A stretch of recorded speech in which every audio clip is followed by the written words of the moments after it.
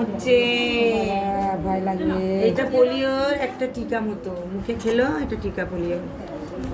এই মাসে যা হচ্ছে আবার শেষ মাসে এরকম হবে।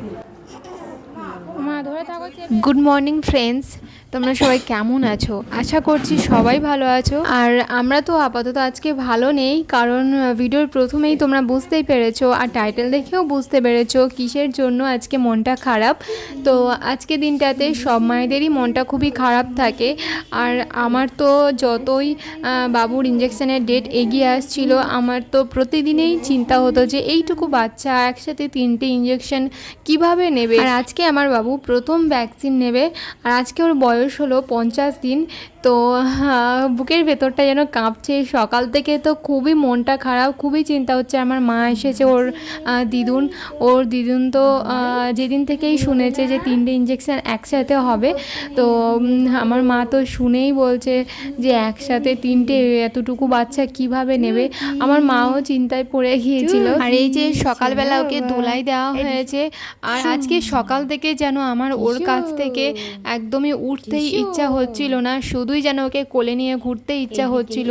আর শুধুই মনে হচ্ছে যে এত খেলছে আর একটু পরে শুধু কাঁদবে। তো মনটা খুবই খারাপ, একদমই ভালো লাগছিল না।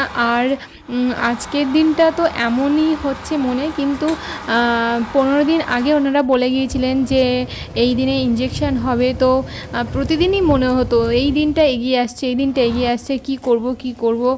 হয়তো বাবু তো খুব কাঁদবে, প্রচণ্ড কাঁদবে, আমি কি করব এরকমই মনে হতো। আর সকালবেলা আমি আর আমার মা রান্না করে নিয়েছে, আর তারপর রান্না করে বাবুকে স্নান টান করিয়ে নিয়ে আর চলে এসেছি সাব সেন্টারে। আর এই যে দেখো, এই বাচ্চাটাকে ইঞ্জেকশন দিয়েছে। আমি এসে দেখছিলাম প্রচণ্ড কাঁদছিল, আর ওর মা ওকে থামাচ্ছে। আর আমার বাবু দেখেছে তো ওদের পাশে ঘুমাচ্ছিল। তারপরে এই যে আমার বাবুর এখন হাতটা ধরেছে, ইঞ্জেকশান দেওয়া হবে। তো বুকের মধ্যে কাঁপছে, আর আমার মা তো ভয় পাচ্ছে খুব। তো আর এর পরের ভিডিওটা আর নিইনি, ইঞ্জেকশানের ভিডিওটা। তো তারপরে এই যে বাড়িতে চলে এসেছিলাম। বাবু ওখানে তো খুব কান্নাকাটি করেছে। তো ওখান থেকে আসার পর ও থাকবে আর হয় না। 3 ঘন্টা বাদে খাওয়াবো। বাবু সোনা, এই তো এইদিকে তাকাও। সোনা বাবু, সোনা, পটি করছো নাকি?